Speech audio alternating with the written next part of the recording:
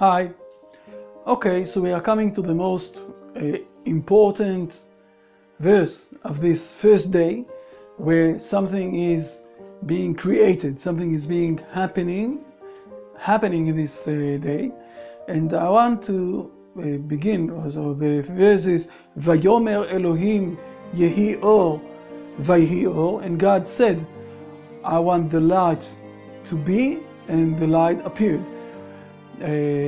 And I want to start with a very important note before we can continue. There is a very big difference between all languages and the Hebrew language.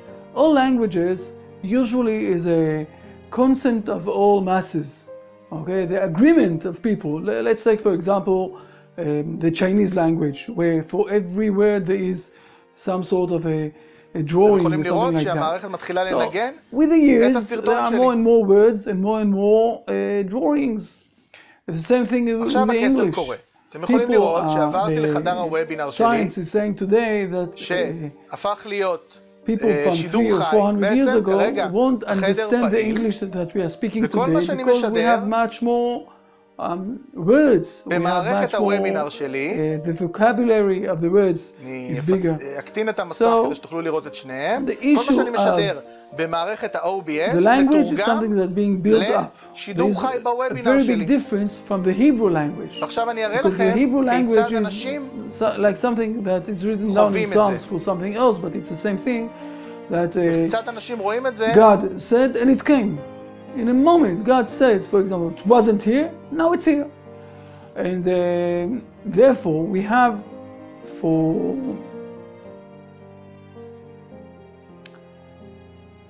for some words more than just one use or one understanding.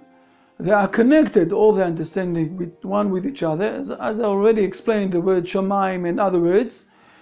And we are going to speak about a very interesting and important word. The name of the word is Vayomer, said, S-A-I-D.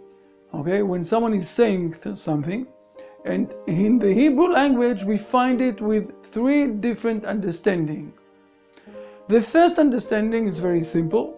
It's pronouncing with my mouth. Okay, Vayomer Paro. Paro said with his mouth to his servants, or to Moses. Vayomer Moshe el Bnei Israel. Moses spoke, pronouncing with his mouth. He said something with his mouth to the Israel nation. The second understanding is not saying something with my mouth, but it's saying something to myself in my mind. The most, I will say, known verse of this word is what's written down when Esau is fighting with Jacob, and Jacob took his blessings. Esau really hates Jacob, and it's written down there, Vayomer Esav Belibo. And the understanding, translation of this is that Esau said to himself, when from time to time we're finding ourselves speaking with ourselves, we are not speaking with our mouth, it's something that's running here in our head, in between our ears. Okay, we're saying to ourselves, we're thinking of something. This is the same word, the word said. I'm saying to myself, in Hebrew, Omer, and it's not saying with my mouth, it's saying inside, quietly, to myself. The third one is that this word, Vayomer, is my wish, my will. We can find it with Moses, when in the second chapter of the second book, when he's going out to visit the Israeli people. And in the second day that he's going out, one of the Hebrew people saying to him, do you plan to slow me like you slowed yesterday the Egyptian? Now, in the Hebrew it says, Halehorgeni ata omer. In the translation, and it's the exact translation, do you plan to slow me? This is more not only what I'm thinking in my head, it's my wish, it's my will. I want to do this and want to do that. And the same word, the same omer, the same said is also explaining the issue of my will. So we have three explanations to the word Omer. The first one is pronouncing with my mouth. The second one is thinking in my brain with myself. And the third one is my wish, my will, my heart is there. I want to do this. Now the first time that we're finding this word Omer is in our verse, the third verse of Bereshit, of this first day of Genesis, where God is saying that He wants that there will be light, that the light will appear. So God says, I want there will be a light. I wish. This is the third understanding. God wish that the light will appear, and the light appeared.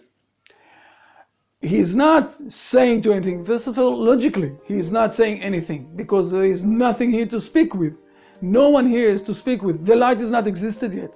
So with whom is He speaking? He is not speaking to anyone. So the first understanding is falling down.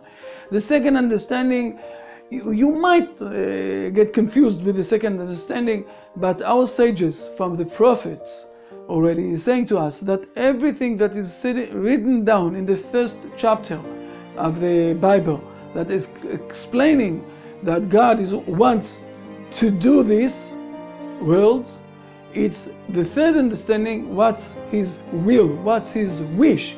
He wished that something will happen and it appeared. And from here we're coming to another very deep understanding of a difference between man and God. Because when I want something, for example, a very special car, or I want to build up a house, so this is my wish. Then I'm starting to organize my thoughts, and I'm speaking with people, and it's taking time, and it's taking a big effort from my wish until it will appear in this world, until I will manage to achieve my will, my wish. But with God, it's not like that at all. As we see in this verse, God wished that light will appear, and that's it. There was a light. So there isn't any difference, any gap between His wish, His will, and its appearance in this world. This is only the first two words of this verse. Vayomer Elohim. God wish, God will that there will be a light. The other four words we're going to explain in our next videos, next lectures. See you.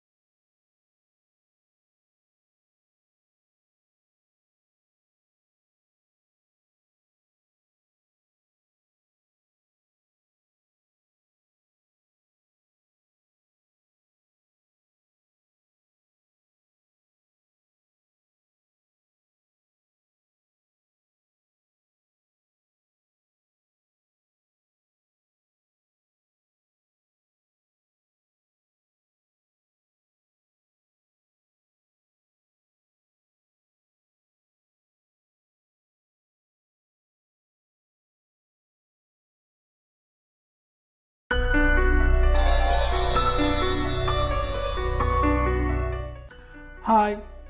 What was Abraham's techniques to convince people about the existence of God?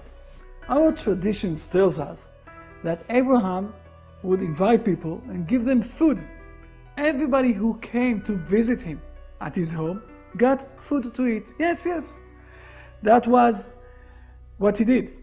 He invited them, and when they joined him, he gave them food, real food, not food for thoughts or philosophical food.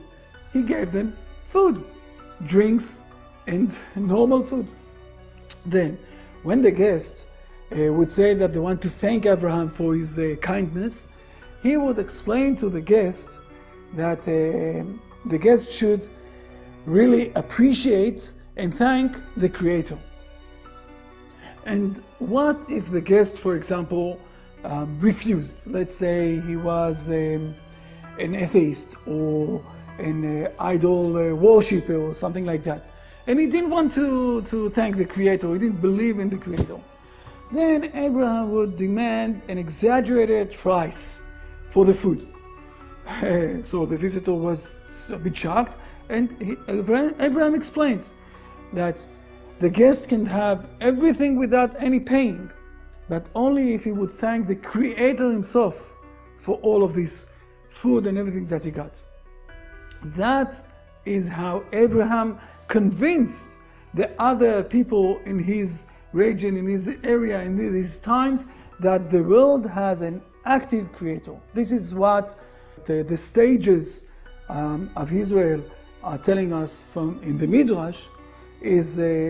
Seems a bit, in the first glance, a bit strange, because Abraham is not involved in all sorts of philosophical disputes. Instead, he gives away food and gets people to listen about the good of the Creator.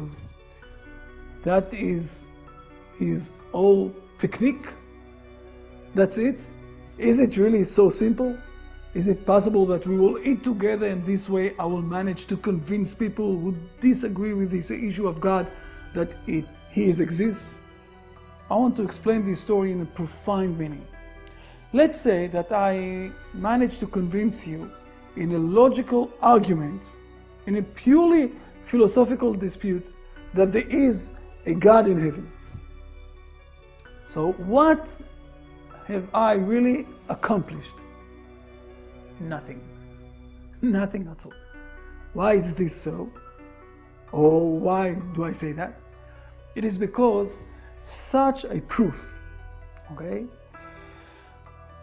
only shows that I can, through mental exercise, build up a logical structure in my brain that corresponds to the understanding that God exists. I will tell you more than that.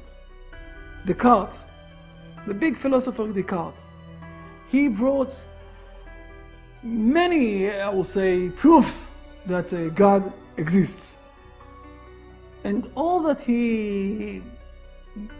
this proves that he was able to convince himself. So he was very smart, and a lot of people say to themselves, if he thinks like that, we also can think like that.